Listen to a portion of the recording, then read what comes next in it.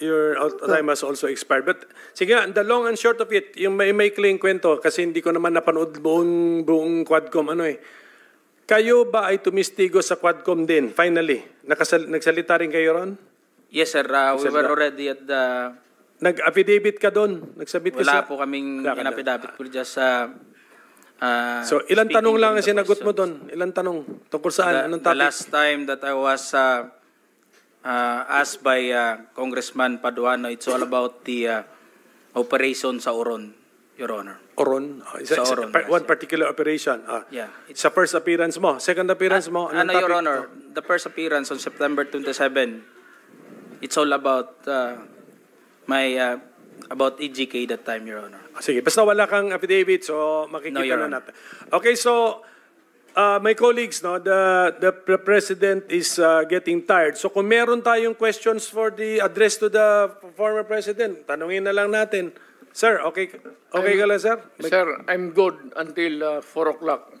Yeah, I know. 5 na, sir. 5 na. Totoo, sir. 4 a.m. 4 a.m. He's referring to 4 a.m. Hindi ako nagpapatawa. Yes, I know that, Mr. President. Mr. Chairman, okay, so, just to clarify, and I hope I didn't miss anything.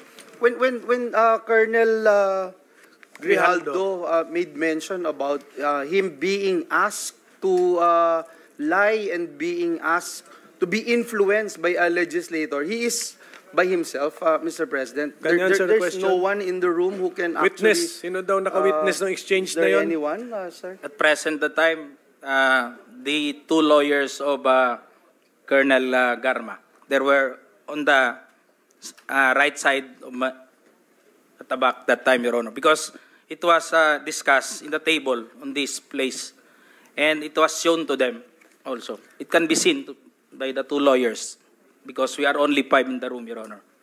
And seen and heard yes, Your Honor. The words that you uttered a while ago. Just because one of the lawyer reacted when I refused to confirm the statement, because the holdings of this paper, Your Honor, like this, it was on the second page, and I've seen some notes or names, and my name was indicated in that statement.